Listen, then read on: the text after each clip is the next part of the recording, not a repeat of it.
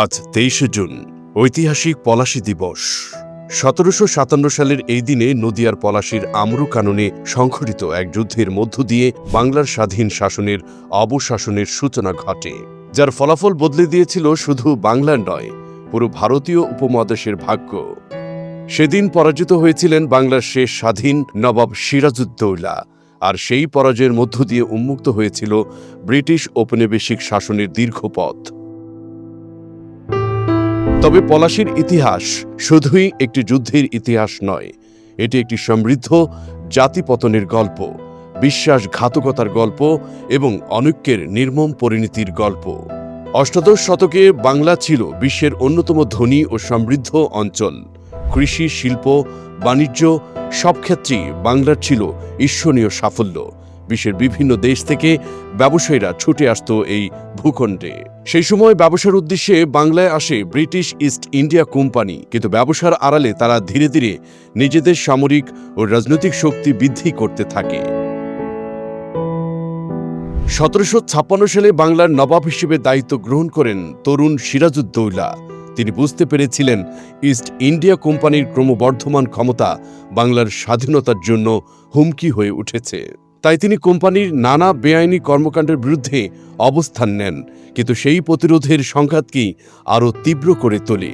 অবশেষে ১৭৫৭ সালের ২৩ জুন পলাশীর প্রান্তরে মুখোমুখি দাঁড়ায় দুই শক্তি।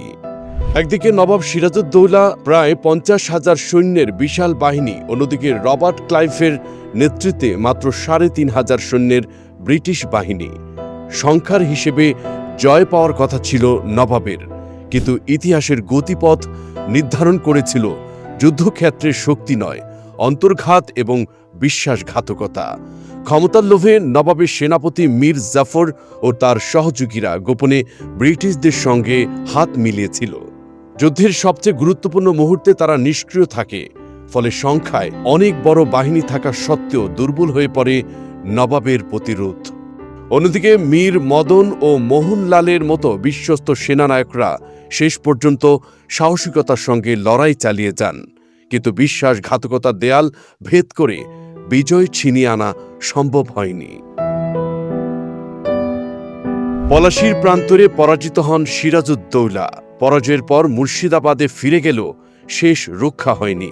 কিছুদিনের মধ্যেই তিনি বন্দী হন এবং নির্মমভাবে নিহত হন।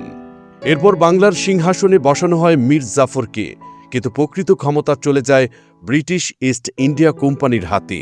পলাশী যুদ্ধের পর বাংলার সম্পদ, রাজস্ব এবং প্রশাসনের উপর প্রতিষ্ঠিত হয় কোম্পানির নিয়ন্ত্রণ।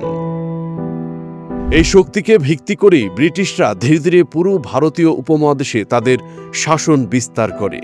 ইতিহাসবিদদের মতে পলাশীর পরাজয় ছিল না শুধুমাত্র একটি যুদ্ধের হার, এটি ছিল জাতীয় অনৈক্য, ক্ষমতার দ্বন্দ্ব এবং ব্যক্তি স্বার্থের কাছে দেশপ্রেমের পরাজয়।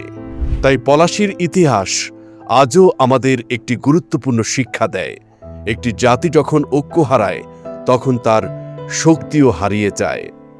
স্মরণ করি সেই সব বীরদের, যারা শেষ মুহূর্ত পর্যন্ত মাতৃভূমির জন্য লড়াই করেছিলেন।